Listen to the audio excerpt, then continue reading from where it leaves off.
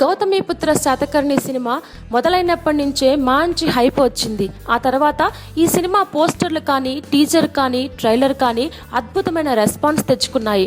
వేరే ఇండస్ట్రీల జనాల్ని కూడా అబ్బురపరిచాయి. మన సినిమా గురించి మాట్లాడుకునేలా చేశాయి. కానీ అంతా బాగా సాగుతుండగా ఉన్నట్లుండి ఈ సినిమాపై దుష్ప్రచారం మొదలైంది. ముందు బాలీవుడ్ మూవీ బాజీరావు మస్తానీ కోసం రూపొందించిన విజువల్ ఎఫెక్ట్స్, సన్నివేశాలు కొన్నింటిని ఇందులో వాడుకున్నారని, అందుకే సినిమా అంత వేగంగా పూర్తయిందని ఓ ప్రచారం మొదలైంది.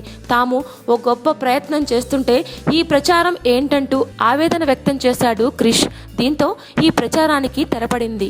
ఇంతలో మళ్లీ గౌతమిపుత్ర శాతకర్ణి గురించి ఇంకో ప్రచారం మొదలైంది.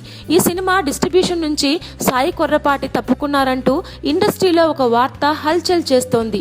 ఈ సినిమా చిత్రీకరణ కూడా పూర్తి కాకముందే తొలి దశలోనే సీడెడ్ వైజాగ్ హక్కుల్ని ఫ్యాన్సీ రేటుకి సొంతం చేసుకున్నాడు సాయి. అలాగే తూర్పుగోదావరి హక్కుల్లో కూడా సగం వాటా తీసుకున్నాడు. సినిమా పూర్తి కాకముందే అంత నమ్మకం పెట్టినవాడు టీజర్, ట్రైలర్ తర్వాత అంత హైప్ వచ్చాక తప్పుకోవడం ఏంటో అర్థం కాలేదు. అయితే దీనిపై సాయి వెంటనే స్పందించాడు. తాను శాతకర్ణి సినిమాను 3 ఏరియాల్లో పంపిణీ చేస్తున్న మాట వాస్తవమని, మారుబేరానికి ఎక్కువ రేటుకి అడిగినా తాను ఇవ్వలేదని ఆయన స్పష్టం చేశారు. బాలయ్యతో తనది గొప్ప అనుబంధమని, ఈ బంధం ఇకపైనా కొనసాగుతుందని ఆయన తేల్చి చెప్పారు. Please subscribe. Hi, it's me Purna. Please subscribe.